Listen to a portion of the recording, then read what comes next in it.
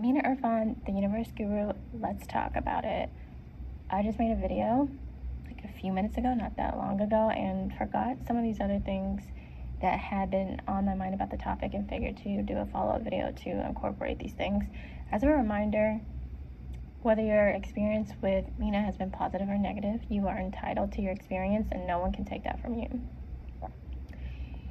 Adding on to the last video, if you have not watched it or listened to it, go back to.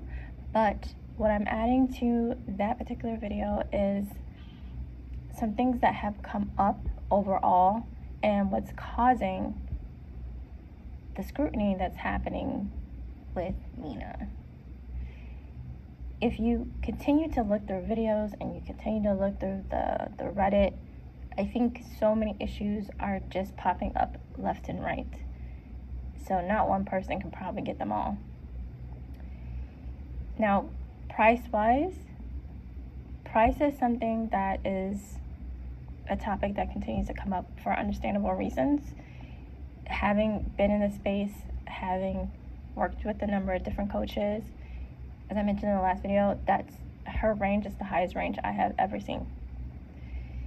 And she has the right to price her items the way that she wants to. I don't think anyone disagrees with that. And so if anyone chooses to purchase it, they made that decision on their own. Again, I decided that I was not going to purchase it because of the price point. When I reached out originally about coaching services, for a 1-hour call was $999. Now, with the pricing, I think a lot of people would probably leave that alone if it weren't for a number of other factors that keep popping up. And I would say why there's scrutiny happening right now as well, aside from some mixed messaging, is that there's a little bit of, or maybe some people would say a lot of, flaunting her money.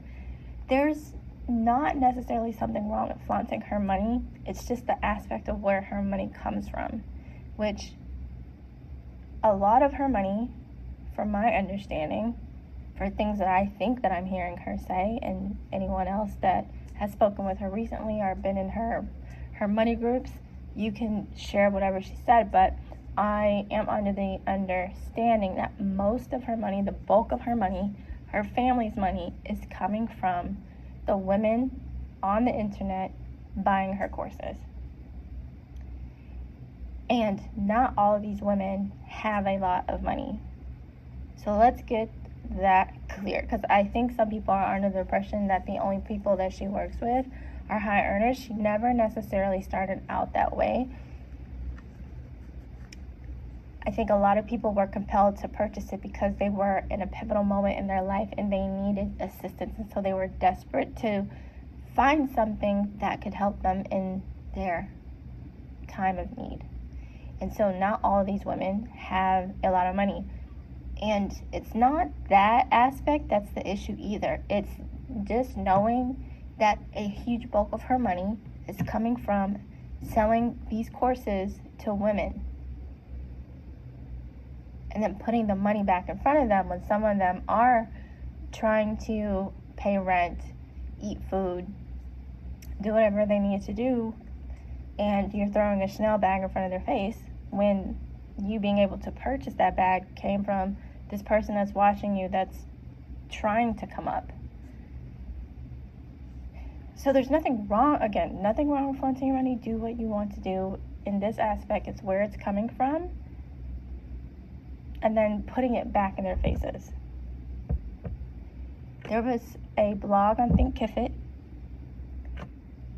They interviewed Mina because at whatever point in time this interview had come out, I believe she was the #1 seller on Thinkific, and they did list out that she makes 6 figures from these courses on Thinkific. I think she's even said that publicly. And so she's telling everyone, I'm making all this money from you. And typically that's how business works, right? But the issue comes when it's using a vulnerability to get someone to purchase something from you, and in particular if they're not in the best financial place, and then you have the highest prices in the market. A number of people have mentioned in comments, I think comments, I don't know if video or comment, that they were, I guess, vulnerable, maybe a bit naive, a bit gullible, and listening to her. According to these comments, she would recommend that people use their credit card to buy these courses, because that is not necessarily a bad thing. It's manifesting more money or whatever it was. So overall, I would say that's a little bit more of where the issue comes with flaunting her money in front of her followers. Another thing that has come up is mixed stories or mixed messages. I touched on a little bit of that in the other video in terms of the messaging that she puts out in her video versus the energy dynamic that's between her and Irfan. It is very clear to me that she's the masculine and he is the feminine. And me saying that, I'm talking about energy. I'm not talking about anything outside of energy. So that doesn't mean Irfan is not masculine overall, but when we talk about masculine and feminine energy, she carries the masculine energy, he carries the feminine energy. Another thing I would bring up is, and this has been brought up online too, about her son doing readings. Look, to each its own. So I don't have that much to say about it besides I do think it's appropriate for someone that has more life experience to be doing whatever type of readings these are. I think it's what, human design or some other type of reading, not someone that's 19. If we think all about ourselves, how were we when we were 19? There's just not enough life experience that is there. I don't know how these readings work, but I definitely get the point that some women are bringing up with this. I think those were the bigger other pieces that came to my mind that I did not mention previously. Oh, well, maybe the last part, I don't know if I mentioned anything about the cease and desist letters. I think I may have. The handling of people leaving reviews or comments could be a lot better. If this were a big business, this would be, well, apparently it is. She's doing very well off of it, but if a big corporation were to handle negative reviews the way that she's handling them, that business would probably go out of business, because people are entitled and they should have the right to share what their opinion is on a service or product they received. And the best route to handle this is to listen to your customers and do better. Not send cease and desist letters or try to hire a service to find copyright infringement and get it taken down, or turn your comments off or things like that. Which, with your comments, I think you could do whatever you want to turn them off, but we're in the United States and we have free speech. We're allowed to say whatever. We can even say whatever we want to say about our own president.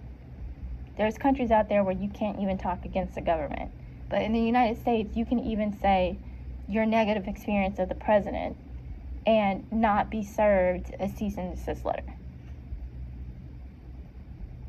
I even think it's a legal right to be able to leave your opinion and your review on a product or service that you received.